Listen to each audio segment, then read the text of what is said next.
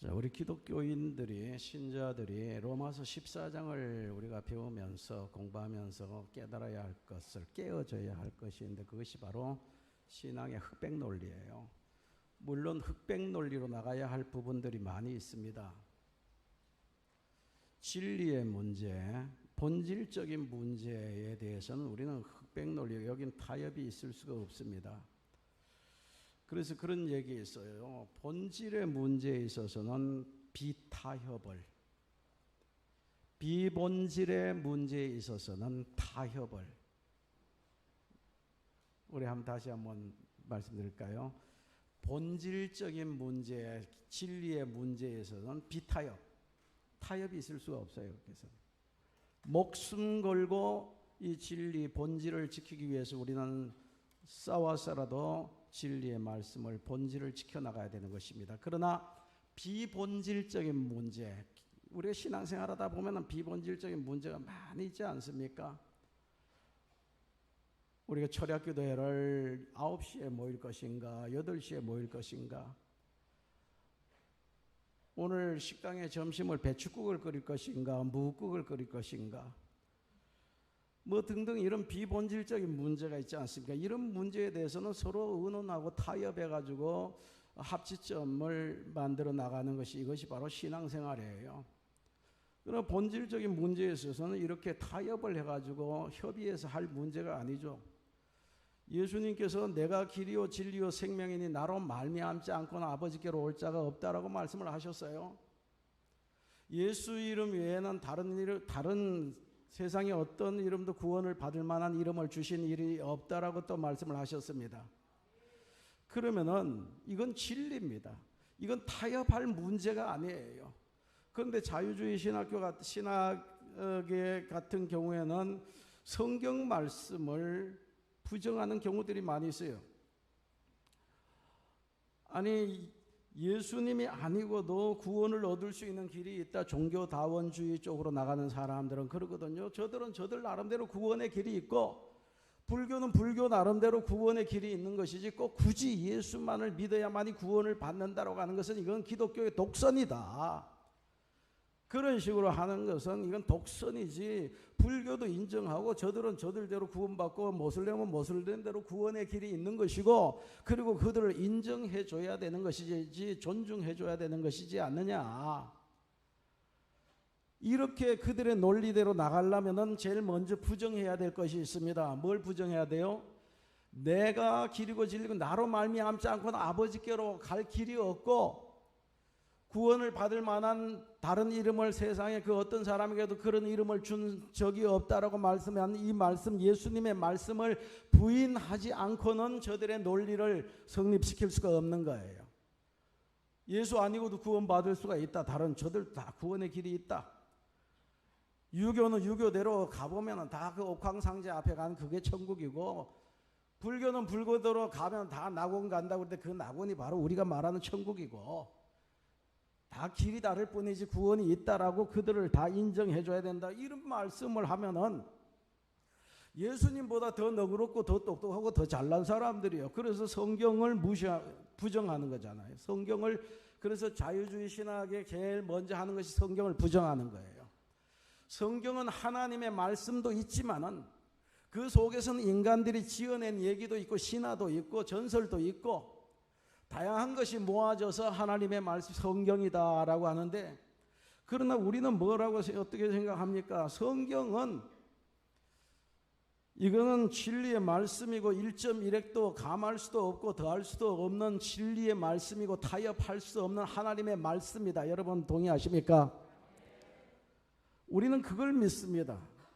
그래서 우리는 이 진리의 말씀, 진리를 지키기 위해서는 목숨을 걸고 우리는 이 진리를 지켜야 되는 것이고, 이 진리의 본질적인 문제에 있어서는 비타협이다. 이게 타협할 수가 없는 거예요. 그거에 대해서는. 그러나 우리 기독교라고 하는 것은 신앙생활을 하는 것이 이렇게 진리와 비진리 이렇게 나누는 본질의 문제, 흑백으로 나갈 수 있는 이런 문제만 있는 것이지 않지 않습니까? 아까도 얘기했듯이 오늘 무국을 끓일까 배춧국을 끓일까 9시에 모일까 10시에 모일까 목장 예배를 우린 토요일 날 모일까 목요일 날 모일까, 이런 것은 다 비본질적인 문제예요. 이런 것은 타협이 필요한 거예요. 타협이 있어야 되는 거죠. 그런데 이런 타협을 하는 데 있어서 이런 비본질적인 문제를 놓고 나갈 때에 많은 사람들이 자기 생각대로 자기가 기준이 되려고 하는 경향들이 있고, 나와 다르면 다 틀렸다라고 그렇게 생각하는 경우들이 많이 있습니다.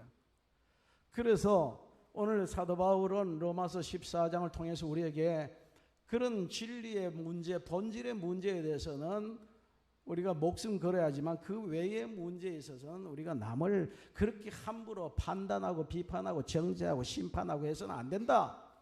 여기에 대해서 성경은 얘기를 하고 있습니다. 그래서 1절에 이렇게 얘기를 합니다. 다 같이 한번 14장 1절 읽어보겠습니다. 시작. 믿음이 연약한 자를 너희가 받되 그의 의견을 비판하지 마라. 비판하지 니하고 다르다고 해가지고 물론 비진리를 얘기한다면 비판할 정도가 아니에요. 예수님께서도 자기의 제자 베드로, 수제자 베드로가 사탄의 영향 아래서 하나님의 하고자 하는 일을 방해할 때는 사탄아 물러가라고 엄격하게 꾸짖었습니다. 그 정도로 냉정할 정도로 비진리에 대해서는 냉정했지만은, 그러나 진리에 대해서는 냉정했지만 비진리에 대해서는 우리는 타협이 필요한 것이고, 내 잣대로 함부로 남을 정죄하거나 비판을 해서 안 된다라는 것을 지금 말씀을 하고 있는 거예요.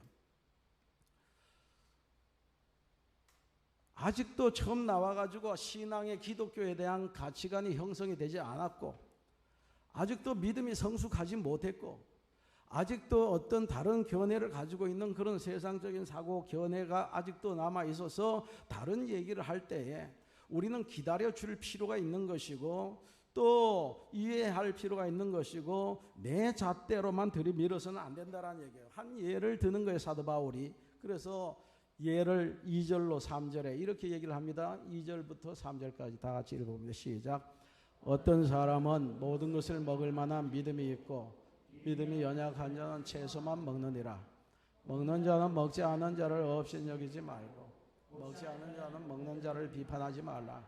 이는 하나님의 그를 받으셨습니다. 아멘. 뭔 얘기인가 하면 우상의 제물을 먹는 문제에 대해서 지금 얘기하고 있는 거예요. 예를 드는 거예요.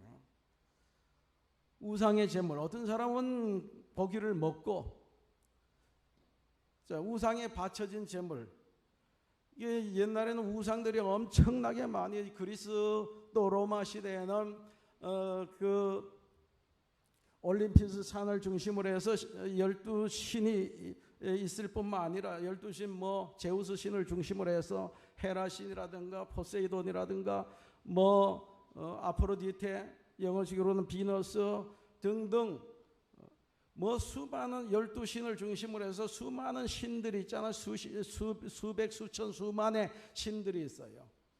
그 신들은 전부 다 전공 과목이 다 달라. 예. 어떤 건 아이 잘 낳게 하는 신, 어떤 신은 포세이돈 같은 것은 바다의 신이에요. 또 어떤 신은 전쟁을 승리할 수 있도록 이끄는 전쟁의 신이 있고, 어떤 신은 또 농사를 풍성하게 잘 지는게 할 수 있는 그런 여신이 있고, 뭐 전부 다 전공 과목이 다 다르죠. 자기의 필요에 따라서 신들을 자기들이 만드는 거예요. 오직 신은, 사도 바울이 얘기하는 오직 신은 천지 만물을 창조하시고 인간을 창조하시고 섭리하시고 다스리신 절대자이신 조물주 여호와 하나님만이 참된 신이다. 믿습니까? 그 외엔 신이 존재하지 않는 거예요. 그런데 인간의 필요에 따라서 모든 전문 과목을 가지고 있는 전공이 다른 신들, 그러니까 신을 하나만 섬기는 것이 아니라 많이 섬기면 많이 섬길수록 좋은 거예요. 바다에 나갈 때는 바다의 신을 찾고, 전쟁 나갈 때는 전쟁의 신을 찾고, 그래서 많이 섬길수록 그들은 좋은 거예요. 그래서 많이 섬기는 거예요. 어떤 사람들은 그래요. 아이, 난 예수님께도 기도하고 부처에게도 기도하고 공자에게도 기도하면 어느 그 중에 하나는 맞지 않겠는가? 뭐 그런 식으로 얘기한 사람이 있는데, 그들은 진실로 로마나 그리스 시대에는 진실로 그 신들이 자기를 도와준다라고 생각하면서 많은 신을 찾았어요. 그리고는 그 신들에게 제사를 드리다 보니까 신이 하나님에게만 제사를 드리고 소나 양을 잡아 바친다 할지라도 고기가 엄청나게 많이 들어갈 텐데 수많은 신들을 섬기고 수많은 신들에게 모든 사람들이 제사를 드리니까 고기가 넘쳐나는 거예요. 신전에서 다 소화가 되지 않으니까 그 모든 고기들을 시장에 갖다 파는 거예요. 그래서 고기를 사 먹으면 전부 다 신전에게 바쳐 신에게 바쳐졌던 제사 음식입니다. 자, 이런 제사 음식에 대해서 지금 먹어도 되느냐 먹지 말아야 되느냐에 대한 논란이 커지게 되면서 이제 사도 바울이 로마서에 지금 오늘 본문에도 얘기하고 있지만은 고린도전서에도 이 문제에 대해서 아주 깊이 있게 얘기를 하고 있습니다. 자, 우리 한번 로마서 10장 25절로 28절을 한번 읽어보겠습니다. 시작. 무릇 시장에서 파는 것은 양심을 위하여 묻지 말고 먹으라.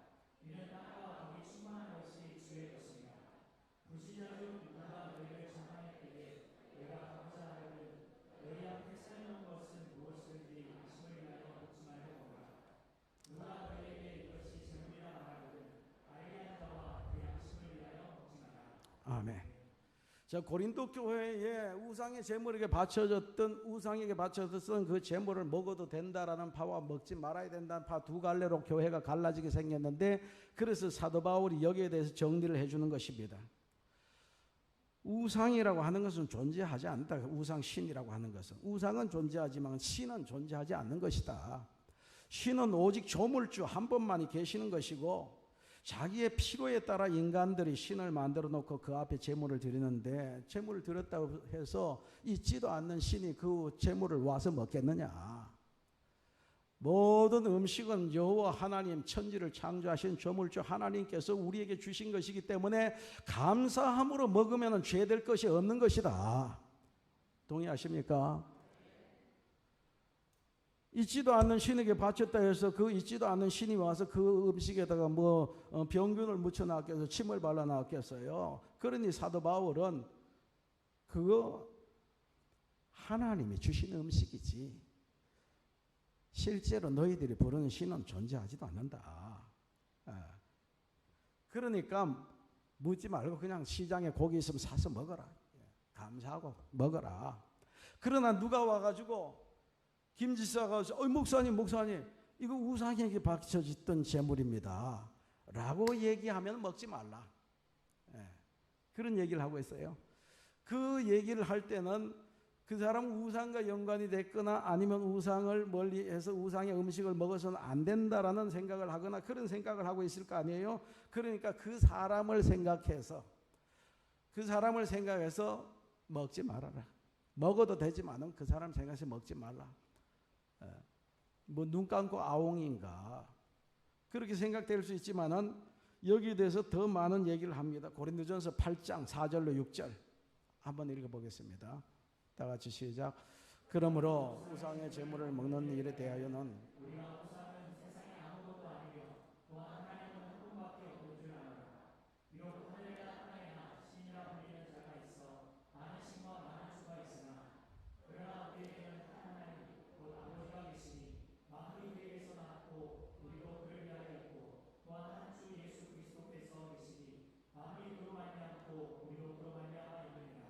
할렐루야.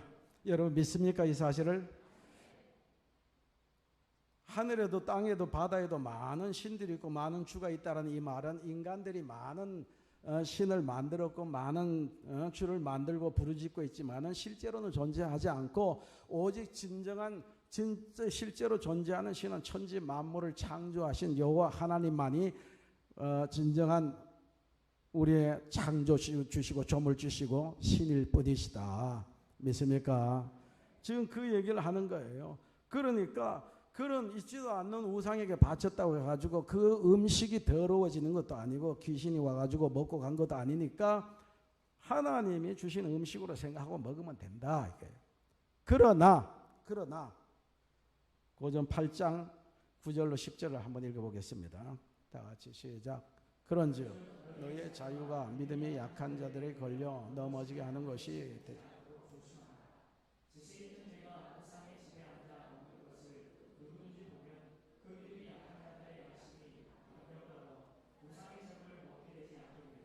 아멘. 자, 사도 바울은 신앙이 깊으니까 오직 신은 천지 만물을 창조하신 여호와 하나님 한 분밖에 없는 것이고, 인간들이 하늘에다가 땅에다가 바다에다가 많은 신들을 만들어 놨다고 해서 신이 존재하느냐? 존재하지 않기 때문에 우상의 제물 갖다 바친 거, 그건 아무 우상과는 상관이 없는 것이다. 하나님이 주신 음식으로 생각하고 먹으면 된다. 그렇지만은 모든 사람의 신앙이 너와 같이 깊은 수준에 도달한 것도 아니고, 그것을 이해하는 사람들이 있기도 하지만 없는 사람도 많이 있는 것이고, 너는 우상의 제물로부터 완전 신앙으로 자유함을 얻었지만은, 그렇다고 해서 너의 그 깊은 신앙과 신앙의 자유로서 나는 먹어도 된다라고 주장을 하면서 먹을 때에 너의 수준에 도달하지 못한 사람이 그 모습을 보고 바울도 우상에 드려진 그 제물을 먹네. 우상에게 바쳐진 제물을 먹는다라는 것은 그 우상을 받아들인다라는 의미고, 나도 그 우상을 섬기겠다라는 의미가 내포되어 있는 거예요. 그것을 먹는 것은. 그러니까 바울도 하나님을 섬기면서 다른 우상신들도 섬기는구나. 바울도 저렇게 하는데 우리야 더더욱 하면서 우상의 제물을 이제 바울이 먹는 걸 보고 담대하게 먹을 수가 있다는 얘기예요. 사람들이 담대하게 교회 나오면서 이 신도 섬기고 저 신도 섬기면서 많은 우상의 제물들을 먹을 수가 있는 것이고, 먹게 되는, 그러면 더 깊은 우상에게 빠져들어가는 죄를 범하는 결과를 낳게 되는 것이고, 또 어떤 사람의 같은 경우에는 아니 어떻게 목사님이 우상에게 바쳐진 제물을 먹느냐, 이건 아니올시다라고 생각을 하면서 마음에 큰 시험이 들어서 교회를 떠나버릴 수도 있는 것이고, 상처를 입을 수도 있지 않느냐. 그럼 뭐냐 이거예요. 너의 깊은 신앙이, 네 좋다고 하는 신앙이, 너의 신앙의 자유가 다른 사람에게 아픔과 상처와 시험이 들게 만든다라면 과연 네 신앙이 좋은 신앙이라 할 수가 있느냐. 네가 옳다고 주장하고 그냥 밀어붙이는 그것으로 인해서 네 주변에 있는 많은 사람이 상처를 받고 어려움을 겪고 있다라면은, 시험에 빠진다라면은 그것은 아니지 않는가. 지금 그 말을 하면서 8장 11절로 13절에 이렇게 얘기를 합니다. 사도 바울이 시작. 그러면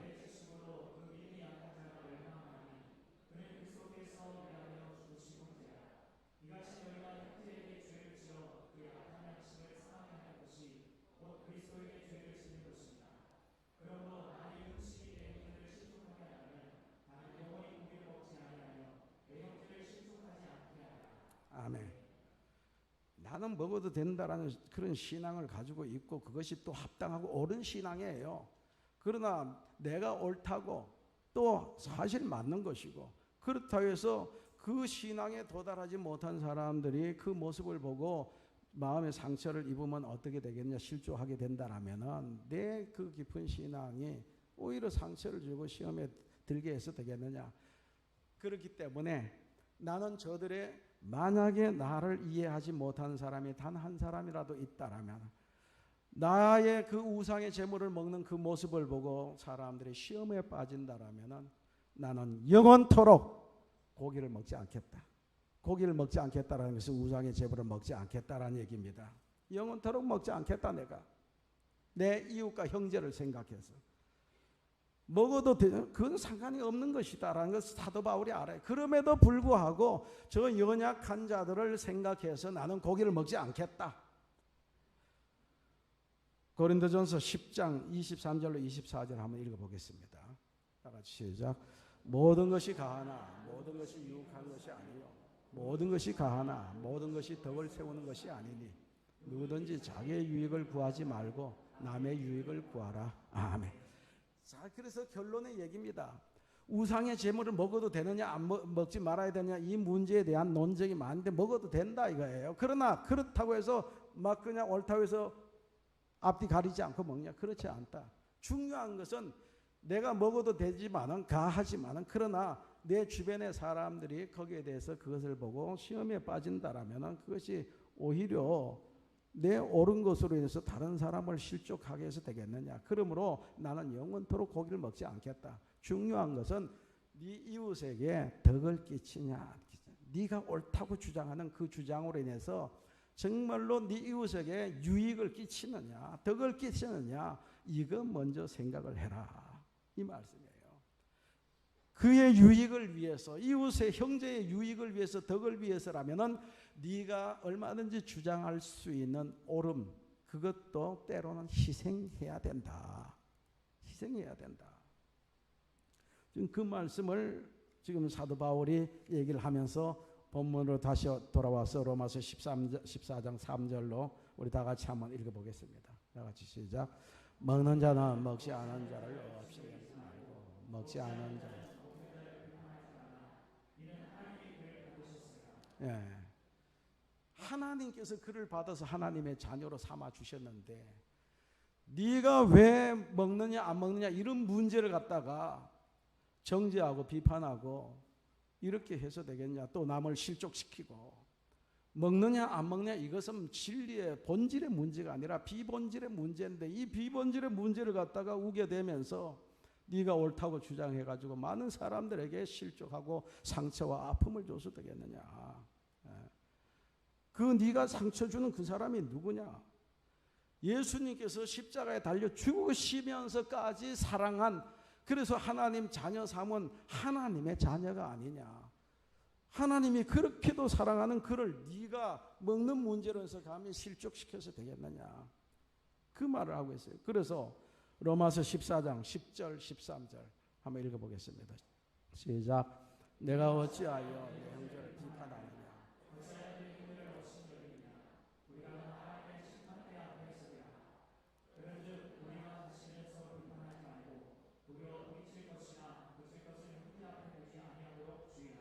아멘. 함부로 네 잣대가 대놓고 남을 함부로 비판하지 말아라. 우리 잘 믿는다라고 하는 사람들이 굉장히 예리하게 비판하는 경향들이 많이 있습니다. 그래서 교회 오면 제일 무서운 사람이 누군가 하면 기도 많이 하는 권사님들, 장로님들 제일 무서워요. 안 돼! 이러면 안 돼! 물론 긍정적인 면도 있습니다만은 그 자기의 좋은 신앙으로, 신앙의 잣대로 그냥 연약한 자들에 대해서 비판하고 정죄하고 심판하고, 그러니까 신앙이 좋은 사람 앞에 가면 푸근하고 기쁘고 해야 편안해야 하지 않습니까? 그런데 오히려 신앙이 좋다고 하는 사람이 무서운 거예요. 막 정죄하고 이렇게 하니까. 하기야 김 목사도 엄청 무서워하는 사람들이 많이 있는데, 자, 바리새인들이 그렇습니다. 바리새인들이 보면은 어느 날 바리새인이 세리하고 성전에 가서 기도하는데 누가복음 18장 10절로 11절 이렇게 얘기합니다. 다 같이 한번 봅시다. 시작. 두 사람이 기도하러 성전에 올라가니 하나는 바리새인이요 하나는 세리라. 바리새인은 서로 따로 기도하여 이르되 하나님이여 나는 다른 사람 곧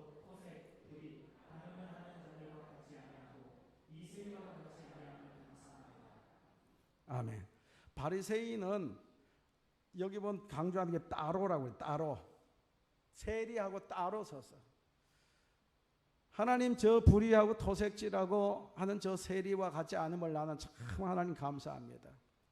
본질적으로 나는 저 인간하고 나는 다르다라는 그런 얘기예요. 그래서 세리와는 상종하지 않겠다라는 얘기인데, 이런 잘못된 사고방식을 가지고 있는 바리새인을 교훈하기 위해서 예수님께서 비유로 말씀을 하신 것이 바로 누가복음 15장에 나오는 탕자 이야기입니다. 어떤 사람이 두 아들이 있었는데 둘째 아들이 자기에게 돌아올 분깃을 다 처분해가지고 먼 이웃 나라로 이민 가서 허랑방탕 주색잡기로 다 날려버리고 거지 깡통 차고 돌아왔습니다. 거지가 돼 돌아오는 그 아들을 아버지는 그 아들을 보자마자 너무 기뻐서 뛰어나가가지고 그 아들을 두 팔로 올려 맞이하고 목욕을 시키고 새 옷을 입히고 가락지를 끼우고 송아지를 잡아서 잔치를 벌였어요. 그런데 이 모습을 가장 못마땅하게 생각한 사람이 있는데 누굽니까? 맏아들이에요. 맏아들이 보고 저런 인간, 아니 그 귀한 재산을 주색잡기로 다 날려버린 저런 아들을 왔다고 기쁘다고 잔치를 벌이다니 이건 있을 수 없는 일이다. 그러니까 이 아들은, 큰 아들은 작은 아들을 받아들이질 못하는 거예요. 이렇게 될 때 누가 슬프겠어요? 누가 슬픕니까? 아버지 마음이 슬픈 거예요. 지금 아버지는 기뻐서 얼싸안고 잔치까지 벌리는데 큰아들은 마지는 그런 망나니 같은 동생 들어온 거에 대해서 기쁘지 않는 거예요. 아버지 하는 일까지도 아주 못마땅한 거예요. 저런 인간을 받아들이다니. 예. 지금 무슨 얘기를 하는가 하면 바로 바리새인들을 두고 한 얘기입니다. 예수님께서. 세리와 같은 그런 죄된 사람들, 이런 사람들을 받아들이지 못하고 나는 너와 다르다라고 아주 선을 그어버리고 상종을 하지 않는 이 바리새인들.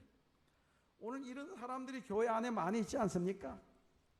교회 나오면서도 이런 사람 많습니다. 아이, 저런 인간하고 난 말도 섞기 싫어. 상종하기도 싫어. 이런 식으로 나가면서 아예 상종도 하지 않겠다. 그래서 로마서 오늘 14장 4절에 사도 바울은 이렇게 말을 합니다. 4절 다 같이 읽어봅니다. 시작. 남의 하인을 비판하는 너는 누구냐? 그가 서 있는 것이나 넘어지는 것이 자기 주인에게 있으며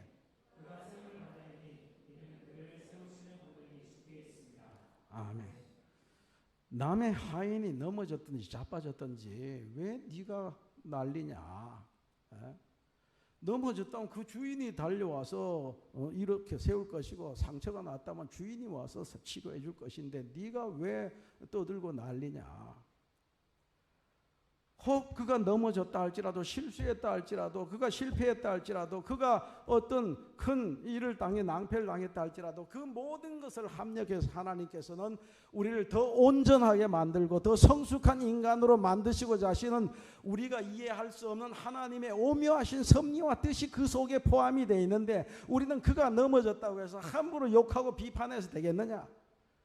그가 넘어지는 것도 그가 실패하는 것도 그가 실족하는 것도 실수하는 것도 이 모든 것을 합력하여 하나님께서 선을 이루고 그를 온전하게 만들고 더 성숙하게 만드시고자 하시는 하나님의 뜻이 있다라는 사실을 경륜을 안다라면 우리가 그가 넘어졌다고 실족했다고 우리가 함부로 손가락질하고 비판하고 비난하고 욕을 해서 되겠느냐? 그렇게 한다라는 것은 하나님이 하시는 경륜 앞에 도전하는 것이다.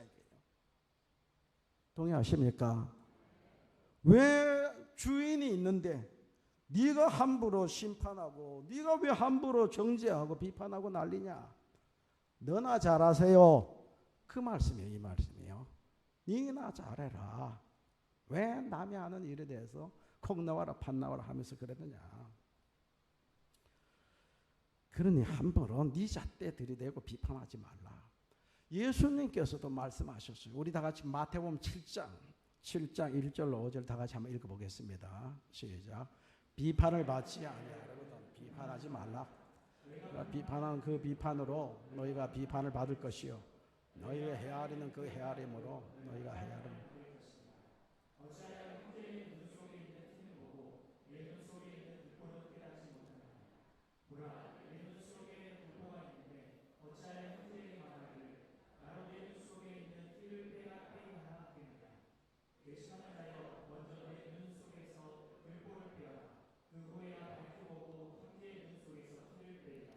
아멘. 사랑하면 사랑이 오고 비판하면 비판이 돌아옵니다. 아, 저 인간하고 손가락질 해봐요. 이 세 개의 손가락은 누굴 향해요? 자기를 향하는 거예요. 너 나빠하면은 스스로 나는 더 나빠 이게예요. 나는 3배로 세 개 나에게 오니까 니는 3배로 더 나빠. 그 말입니다. 비판하면 비판이 돌아오는 거예요. 여러분 남의 허물을 들추는 일에 너무 예리하지 마십시오.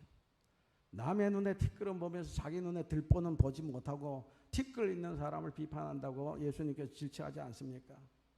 여러분 남의 허물이 보이면 때로는 모르는 척 해주는 것도 굉장한 능력입니다. 여러분 입이 근질근질해가지고 나팔 불고 돌아다니고 싶은데 그거 꾹 참고 모른 척 해주는 것이 그것이 엄청난 능력이다 얘기예요. 여러분 행복해지는 비결은 뭡니까? 행복해지는 비결은 장점을 보는 눈은 크게 뜨고 단점을 보는 눈은 때론 감아야 돼요. 허물과 단점을 보는 눈은 감고 있어야 되는 것입니다. 허물을 찾아내겠다고 그냥 부부가 서로 상대방에게 그 허물과 약점을 찾겠다고 쥐잡듯이 그냥 들춰내고 족치고 그렇게 해가지고 허물을 발견했다고 합시다. 행복하겠습니까? 행복해지겠어요? 깨질 가능성이 훨씬 더 많습니다. 쥐잡듯이 완전히 족쳐대는 거예요, 그냥. 그래서 밝혀냈어. 밝혀내가지고 더 행복해졌습니까? 물론 더 행복해지는 경우도 있지만 대부분은 그렇지 않아요. 깨집니다. 제가 살아가면서 느낀 것은 정말 부부가 위대한 순간은 속아주는 순간이라고 생각이 돼요. 때로는 부부가 위대한 순간이 언제 위대하냐? 때로는 속아주는 것. 그때가 정말 위대한 순간이다. 예수님께서도 다 많이 속아주셨어요. 형편없다는 거 다 아시면서 예수님께서 제자로 부르셨어요.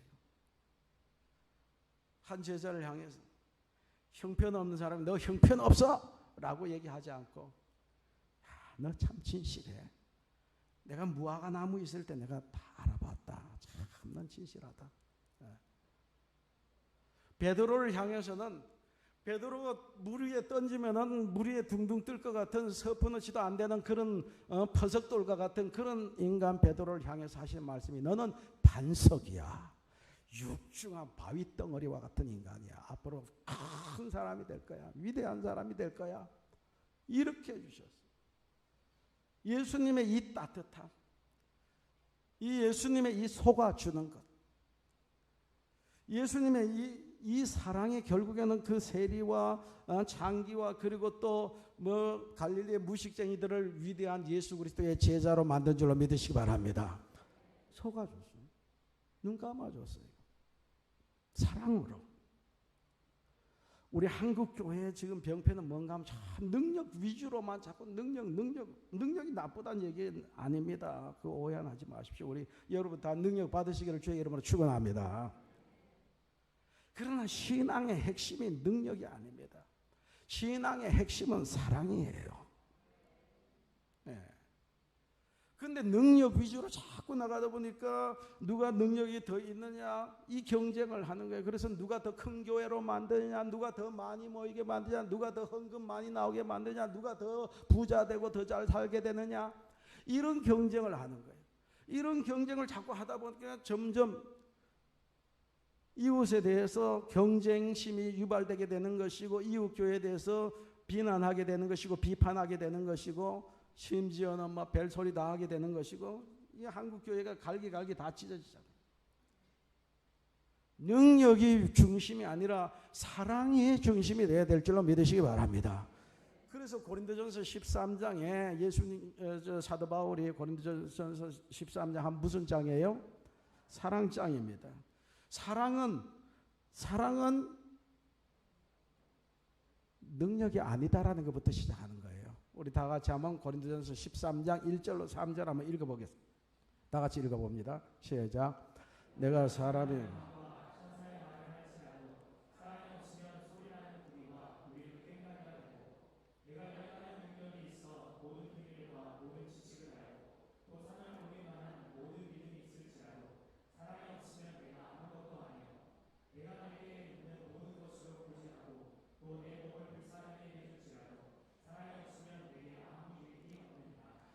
여기서 말하는 것은 신앙의 핵심은 능력이 아니다.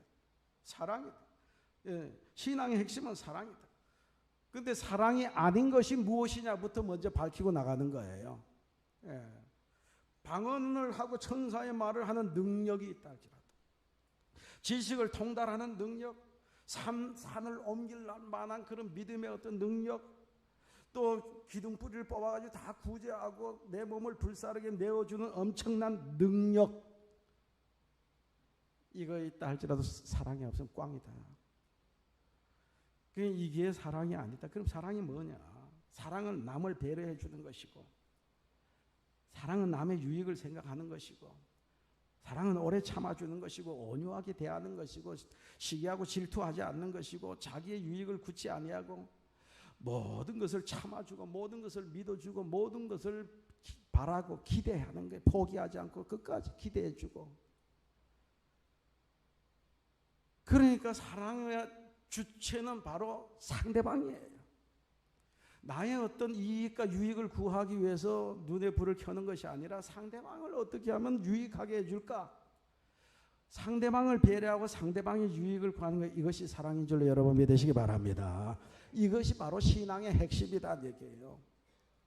능력이 핵심이 아니고. 옛날에 우리 한국에서 어떤 가난한 사람이 미국에 유학을 갔어요. 유학을 갔는데 가난하다 보니까 밥을 제대로 먹을 수가 없어서 아침 겨우 떼고 점심은 먹지 못하고 저녁 먹고 이렇게 하는데 어느 날 교수님이 강의를 마치고 이제 바로 점심시간으로 들어가는데 근데 이 교수님이 큰 소리로 학생들에게 얘기하기를 여러분 난 도시락을 이렇게 밥을 많이 우리 아내가 밥을 많이 싸주면서 다 먹고 좀 살 좀 찌라고 그랬는데 나는 살 찌는 거 싫은데 날씬한 걸 나는 좋아하는데 이렇게 매일 많이 싸준다. 이걸 안 먹고 남겨가지고 집에 가면 아내가 나를 야단칠 것이고 그렇다고 이 음식을 안 먹고 내버릴 수도 없고 누가 좀 나 좀 도와줄 사람 없어? 나 좀 도와줘서 이거 좀 같이 좀 먹자고. 그러니까 안 그래도 이 유학생이 한국에 가난한 유학생이 가서 점심은 먹지도 못하고 아침 저녁 겨우 떼는데 점심은 아예 굶고 하는데 교수님이 그렇게 얘기를 하니까 얼마나 좋아요. 그 떳떳하게 교수님을 돕는 마음으로 또 떳떳하게 음식을 같이 점심을 1년 동안 같이 먹었어요. 나중에 안 사실인데 그 교수님은 장가도 안 갔어요. 아내도 없어. 근데 소문을 듣자 하니 한국에서 온 유학생이 너무너무 가난해서 점심을 끼니를 떼지 못하고 있다는 그 얘기를 들은 거예요. 그래서 어떻게 하면 이 학생이 자존심 상하지 않도록 해서 점심을 먹도록 해줄까? 그걸 생각해서 그렇게 머리를 짜낸 거예요. 야, 너 가난해서 도시락도 못 사는 사람 있어? 내하고 같이 먹자. 그러면은 먹을 수도 있지만은 몇 끼나 먹겠어요. 그리고 자존심 얼마나 상하겠어요. 모든 사람들이 저 친구는 가난해가지고 교수님하고 같이 먹는구나. 이렇게 또 보는 눈들도 있고. 그러니까 상대방이 어떻게 해서든지 자존심 상하지 않도록 기분 나쁘지 않도록 즐거움으로 이 밥을 먹을 수 있도록 할 수 있는 방법이 뭘까를 굉장히 교수님 고민을 한 거죠. 여러분 이것이 사랑인 줄로 믿으시기 바랍니다. 그런데 우리는 이 사랑이 아닌 내 능력 위주로 자꾸 나가는 거예요. 능력이 최고지. 능력 받아야죠. 그걸 누가 부정할 사람이 어디 있습니까? 근데 능력 위주로 나가면 자꾸 경쟁이 됩니다. 경쟁이 되면 상대방에 대해서 굉장히 비판하게 되고 모함하게 되는 것이고 비난하게 되는 것이고 그래서 교회 와서 서로 경쟁합니다. 남의 흠을 덮어주려고 하지 않아요. 그러니까 교회 와가지고 자기의 아픈 사연이라든가 실패한 거라든가 뭐 이렇게 부도맞은 거랑 얘기를 못해요. 얘기했다가는 완전히 하이에나가 달게 들듯이 들고 물고 늘어져가지고 완전히 매도하고 난도질하고 비난하고 욕하고 손가락질하고 다 하거든요. 교회 와서 입을 뻥끗 하지 못합니다. 그래서 뭐 물으면 요즘 일 어때? 괜찮아? 아들 어떻게 됐어? 다 잘 됐어. 이렇게 하고 맙니다. 마음에 아픔이 있고 슬픔이 있고 고통이 있는데도 다 좋아. 말 안 해요. 했다가는 그냥 뭐 물고 늘어지는데 매도당하는데. 그러니까 풀기는 풀어야 되고 밖에 나가서 믿지 않는 불신자들하고 만나가지고 왕대포 사발 들이키면서 눈물 흘리면서 내가 이런 고통이 있어 하면서 믿지도 않는 친구 만나서 다 털어놓고 얘기를 하는 거예요. 이거 얼마나 웃기는 얘기입니까? 사랑 외치는 교회에 와서는 입도 뻥끗하지 못해. 그리고 믿지 않는 친구 찾아가가지고 다 털어놓고 얘기해요. 이런 게 이게 교회 비극이 아니겠습니까? 여러분, 내 잣대로만 들이대지 말고, 여러분 나무 제목이 곱게 쫙 크게만 자라야만이 하나님 제목감이 되고 하나님 앞에 쓰니까 나무가 꼭 크게 자라야지만이, 물론 그건 그거대로 귀하게 쓰임을 받을 수가 있습니다. 그런데 귀하게 쓰임 받는 것은 크게 높게 자라야만이 크게 쓰임 받는 건 아니에요. 여러분 노송을 보십시오. 절벽 위에 있는 꾸불꾸불한 그 노송, 그것을 보는 사람들마다 다 감탄을 하는 거예요. 꾸불꾸불한 게 그 무슨 제목감이 됩니까? 그럼에도 불구하고 그건 그거대로 모든 사람들이 입을 열어서 감탄하지 않습니까? 커다란 느티나무는 줄기줄기 엉켜가지고 올라갔기 때문에 제목감이 아닙니다. 그러나 제목감은 안 돼도 그 큰 이파리 줄기 가지 속에 수많은 생명체들이 살고, 그리고 새들이 지저귀면서 거기서 집을 짓고 쉼을 얻지 않아요. 심지어 사람들도 그 그늘 아래서 쉼을 얻는 거예요. 제목은 안 될지 모르지만 수많은 생명체들이 그것 때문에 살아나는 겁니다. 라일락 나무가 무슨 제목감이 되겠습니까? 그러나 제목은 안 돼도 그 향기가 제목과 비교가 되겠습니까? 라일락 향기가 그 제목하고 라일락 나무 제목이 안 된다 해서 쓰임을 못 받냐 이거예요. 얼마나 많은 사람들을 상쾌하게 만들고 즐겁게 만들어주는 라일락 향기입니까? 제목하고 비교가 되느냐고요. 여러분, 생명의 가치라고 하는 것은, 생명이라고 하는 것은 영광과 그리고 또 그 가치와 아름다움이라 하는 것은, 생명의 아름다움, 생명의 가치, 생명의 영광이라는 것은 단순하게 우리가 그렇게 함부로 얘기할 문제가 아닙니다. 여러분, 거기에는 우리 한 사람 한 사람 구부러지면 구부러진 대로, 작으면 작은 대로, 연약하면 연약한 대로 하나님께서 그를 향한 뜻이 있는 것이고, 하나님 앞에서 그 모든 사람들은 가치가 있는 줄로 믿으시기 바랍니다. 소중한 가치가 있는 존재들이에요. 저 기둥같이 모든 나무가 쫙쫙 뻗어 올라가야만이 제목이고 하나님 앞에 쓰임 받는 거 아니에요.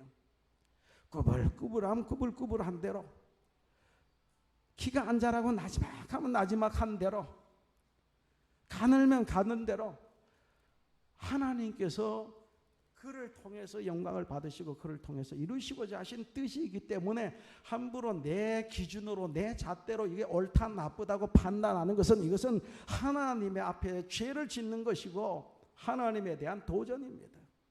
믿습니까?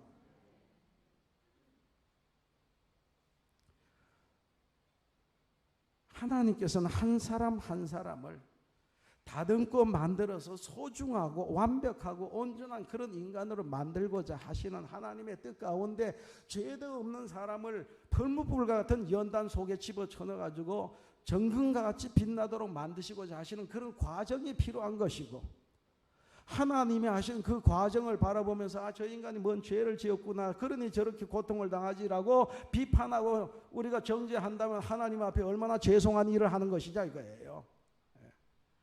하나님은 한 가지 방법으로만 우리를 다루는 것이 아니라 다양한 방법으로 다루어서 이 모든 걸 합력하여 선을 이루신 온전케 하시는 하나님의 뜻이 있다는 사실을 안다라면은 우리의 연약함이나 우리의 못남이나 이걸 갖다가 함부로 내 잣대로 비판할 수가 없다는 얘기예요. 우리는 해야 할 일은 그들이 연약하면은 그 연약함을 바라보면서 안타까워 기도해 주는 것이고, 그리고 사랑해 주는 것이고, 못 따라오면은 기다려 주는 것이고, 그래서 우리는 사랑함으로 더 온전한 우리 모두가 하나가 돼서 나갈지언정 남을 비판하고 난도질하고 비난하고 심판하는, 하나님 앞에서 우를 범하는, 죄를 범하는 그런 성도들이 한 사람도 없기를 주님의 이름으로 축원합니다.